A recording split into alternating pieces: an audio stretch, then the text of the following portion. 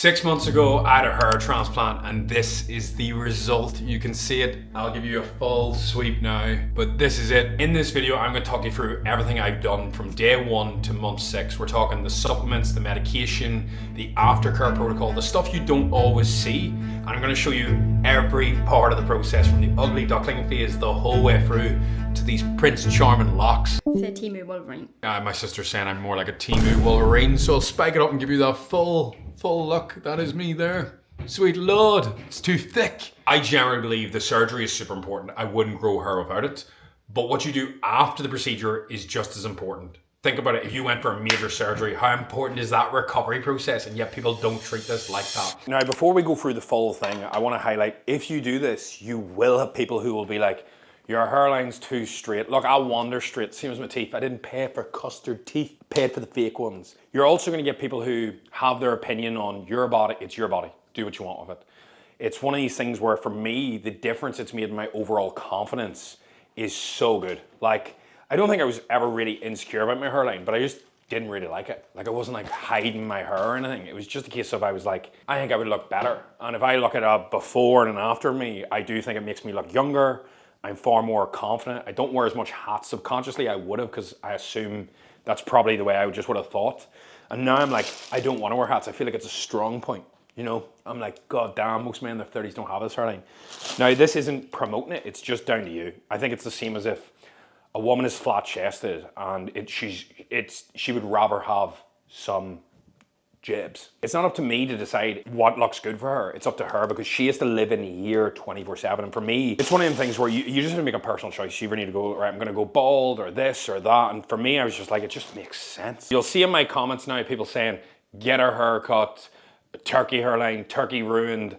Like, even if I went to somewhere in the UK, I would have wanted it straight across. I wanted to bring my forehead down a bit. Now I've got like a 3 head instead of a 4 head. And I personally think I look better.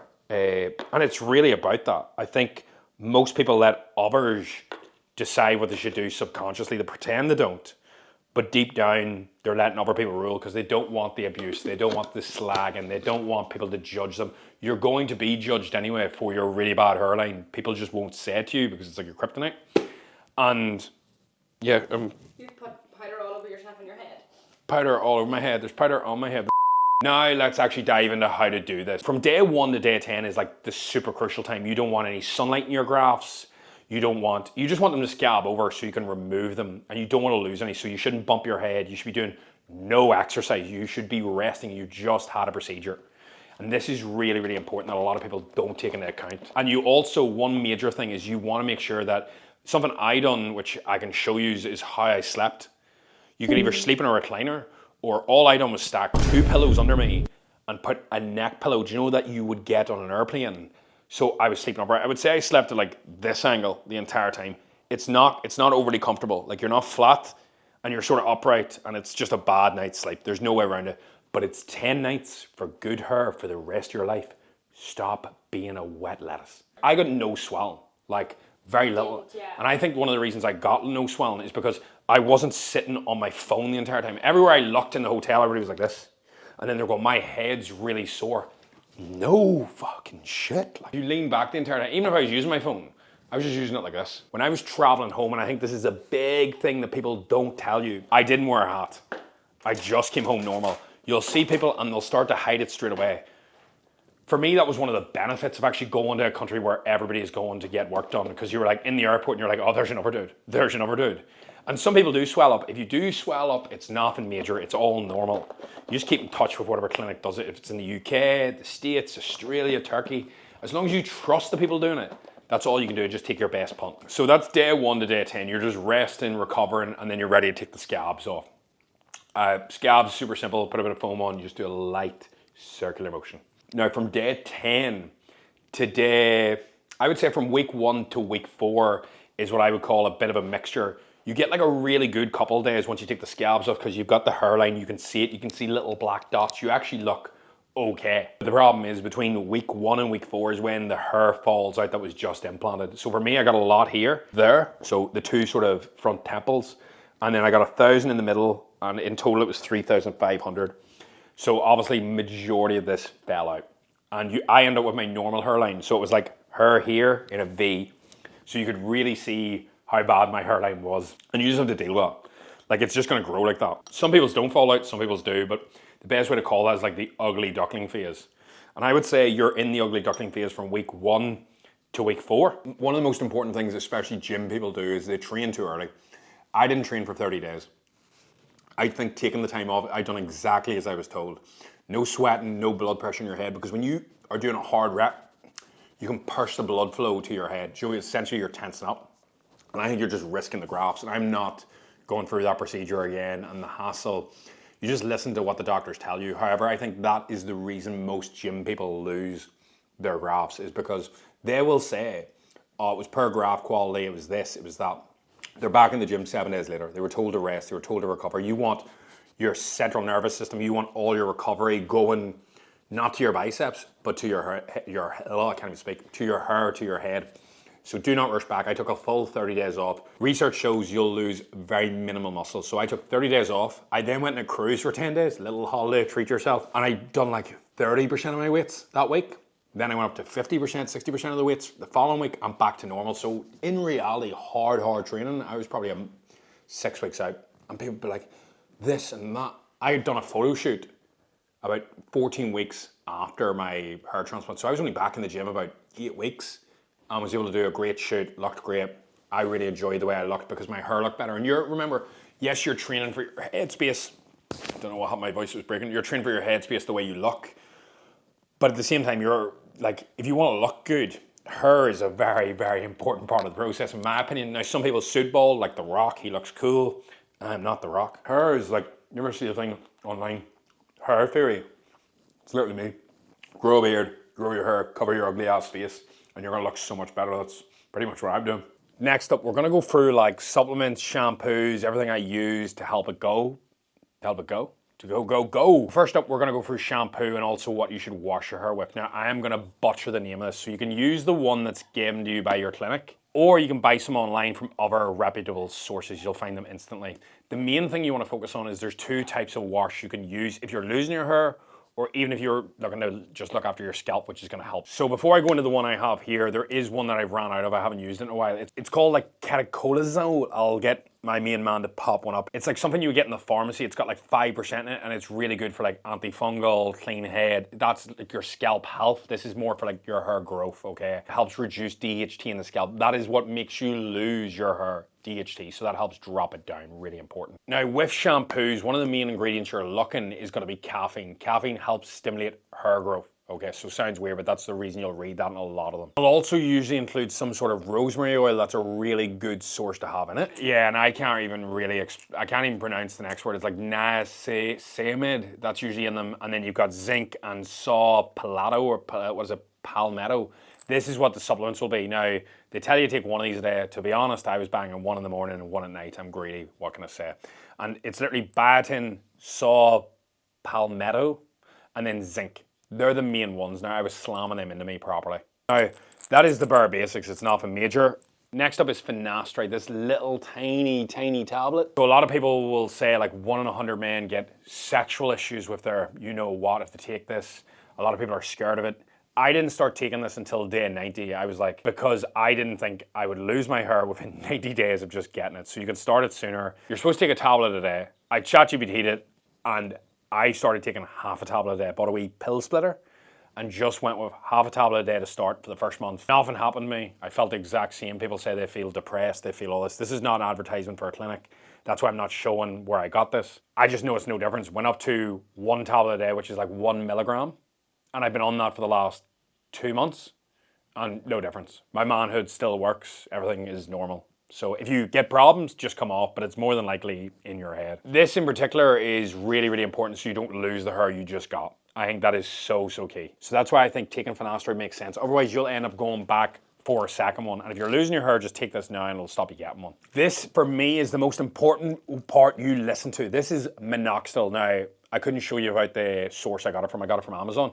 The reason I want to tell you about this is if you have a dog, do not use this and touch the dog. You will kill your dog. It is super poisonous. I know, I couldn't believe it. So you just put this on your hair. I would recommend putting it on your hair just before you go to sleep. The reason I would recommend just putting it on at night is because you're so likely to put it on during the day. And if your dog is downstairs, you are so likely to go down and start petting it. I was putting it on in the morning and night because I was not at home. So there was no chance of me going down and killing my dog. I can't believe I'm saying this. And whenever I come home, I just put it on at night. So I'm not risking poor little Lola's life. This just helps your hair grow faster. So you move throughout the ugly duckling stage to the nice, luscious lock stage quicker. So I still apply this now and I will continue to. People will fearmonger you and say your hair won't grow without it. If you listen to everyone, you're going to be so confused because there's information overload. I've done the process, and if somebody else has done it, I wouldn't bother listening to them. Next up, we have, this is something a lot of people skip, and I found it probably one of the most beneficial things. It's PRP, which in other words is they take blood out of your arm, sounds insane, they spin it, they add like vitamins, minerals, all that good stuff. They can even add Minoxidil and Finasteride, and they inject it into your head. I got this done every 2 weeks from the 3rd month on for 2 months. So I got 4 sessions. So, Joe, what was it? 12 weeks, 14 weeks, 16 weeks, 18 weeks, 20 weeks. I got 4 sessions. That was it. But the difference it made, it brought me from the ugly phase to the smoldering bad boy phase very quick. And that helped me massively because I felt like around the 4 month mark was whenever I, 4.5 month mark, it was 4 months. Around the 4 month mark was when I got my photo shoot. And it was just at the end of the 4th PRP session. That's when I felt confident, not wearing a hat, going out in public. Like, I actually was like, oh, this looks better than it did before. So for me, about day 100 is when you'll start to feel a lot more confident and you move out of that ugly duckling phase. So make sure you follow the procedure properly. You don't have to go back to the clinic to get PRP done. You can go to plenty of places. Aesthetic clinics will do it. You just want to use a source that's reputable. I preferred I went to other places for it, but they still done hair transplants, because I wanted somebody who I trust that does the procedures to look after it. So important, and that made the biggest difference with my confidence because it grew my hair fastest, in my opinion. The reason that I talk about finasteride in this video, and I'm also going to talk about the next 2 things, which is super important during your 6 months after your transplant, is your sleep and your stress. People underestimate the difference this has. A lot of people lose their hair, yes, by genetics, but you speed it up by your lifestyle. Are you using the proper shampoos? Are you looking after your hair? Are you stressed if you're not? You can lose your hair because of this. And also, if you're not regulating at night, for example, whenever you sleep, about 90 minutes after you sleep, you release growth hormone. This helps your hair grow better, looks after your overall skin. If you're stressed, you've got high cortisol, you're not sleeping properly, you're not only speeding this process up, you're also not helping the recovery process. So if you don't address the DHT in your scalp with finasteride, you're going to lose your hair again. It's as simple as that. If you don't look after your stress, your sleep, you're not looking after yourself, you're going to end up in a bad position again, and you're not giving yourself the maximal recoverable time. If you think about it, if you broke both your legs and you just surgically get them fixed, and you were stressed and sleeping poorly, they wouldn't heal as well. That is how you want to think about your scalp. A lot of people go back to day-to-day life. That is absolutely fine, but you need to make sure you're getting good quality sleep and stress management. Now, most importantly, I'm going to show you how it looked month on month so you know what to expect. I think this is super important. Days 0 to 10 was the phase where you're just letting the scabs go over. This is the super ugly phase. This is not a good phase. You look like a mutant. However, once that is done, you can now leave the house and you enter month 1, which is still in the ugly phase. Some redness, the transplanted hairs have shed, scalp is settling down, and feels like your patience is getting tested because this is not a good phase. Month 2, the very first signs, you get little tiny hairs, so you start to get some joy. This is like one of the moments you actually start believing in it. You actually think like, I'll actually have her. So it's a really good part. So it starts to ease in. Month 3, I would say, is when you start to actually get coverage of the places that it fell out. However, it's funny because your hair is now longer where it originally was, and it's shorter in them little places it's got implanted because your hair cycles go in 6 weeks. So you're only getting new ones every 6 weeks. It adds up. The donor hair looks thinner and worse than your normal hair because it's the new hair. The funniest part too was during this time period, I went into a laser hair clinic and asked them to take all the hair from below my chin off while the top of my hair was growing. Now I'm skinless, like a little skinless cat. Skinless? Skinless, hairless. Month 4, generally noticeable now. People in my life were actually commenting that it looked good rather than, oh, I don't know about this. The whole time I was getting it done, people were like, I think you've cooked it. I think your hair's gonna look worse. Oh, I'm not sure about that. And then it was only really around month 4, month 5, people were like, oh, this looks good. And this is where I'm going to be very honest. The majority of men started commenting saying the hairline was too straight, it doesn't look good, you need a haircut, you look homeless. And yet the funniest thing is, I'm going to be very transparent, this is when the majority of women commented on it saying, I really like it. You look so much younger, you look so much better. And being very transparent, I'm not trying to pull dudes, so I don't care. But then the women were sliding my DMs and I was like, you know what, this wee curly bit here, though. I was like, you like that? You can pull on that, baby, don't worry. And month 6 is where we are now. And I'm gonna try and give you the full whack here as this gets my face, so it's probably gonna spin as I go. But it gives you a good idea. Now, my hair's obviously a lot more like it was at the back of my head. So I don't know if this will spin. So it is more curly, it is more wavy, which is funny, but I really do like it. I think it's a little bit different to what I'm used to. I've always been dyeing my hair, bleaching it, just changing it up. I'm really, really pleased. Look, the surgery is what gave me the follicles. It's what put it in. But the aftercare and the procedures I followed, which are super simple, is what made it stay. It's what made it grow. And I think it's so important that you do this. You see the full process. You see it month by month. You can actually understand what it is. And that you allow yourself to grow as a person through it. Now people will be like, how do you do that with a hair transplant? You're insecure, you're getting this. But actually going out in public when you don't look good, I think is very good for your headspace. Especially whenever somebody is essentially, I'm always on social media. So I was filming the entire time throughout it. So you can see some videos I have loads of hair because they're recent. Some of the older videos I have very little. And it's funny because it allows you to detach your self-worth from the way you look, even though you're doing that process for it. So I found it like a good mental challenge. I actually love the fact I had to take a month off the gym because I found that so much harder than going to the gym. And I love that mental challenge. And if you look at it like that, that will build your character as well. If you find something difficult, I think going without it always helps, like Marcus Aurelius. It's like that stoic mindset. For example, whenever he took his horse for granted, he would give the horse away for a month, so he had to walk everywhere. And he always had a person that whispered in his ear just saying, you're just a man. You're just a man, to bring him back down. And I think that thought process of if something is difficult, doing it because it's difficult will build you as a person. So I always love that. I just think it's so good mentally. Other stuff that I would highlight is staying out of the sun for the first month or two. Even though I was in Dubai for bits and pieces, I would really recommend not allowing direct sunlight exposure on that, just like an open wound to an extent. Now, whether or not that helps massively, I just think staying out of it would help. Also part of the process, I didn't drink, I didn't smoke, I didn't take drugs. This is really important because you're looking to recover the best way possible. If you had a surgery, you should not be drinking, smoking, or taking drugs. Super simple, but people still go out in the rip. You're looking after this, and this is exactly what your main focus should be on. It's like everything. You can get a surgery, but how you look after it post is going to change everything for you and how well it looks in the long term. That is the entire process I've done from pretty much day 1 to the end of month 6.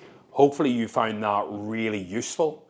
And if you have any questions about it, please feel free to DM me on Instagram. I'll always do my best to get back to you, and I will make a 12-month update whenever we are fully done. Really excited with this, really happy. Just been getting the sides a little trim there. But that's it. Hopefully this video has been of help. If it has, like, share, subscribe. If you want me to do any other style, just simply say, big love. I'll see you in the next one. Woo.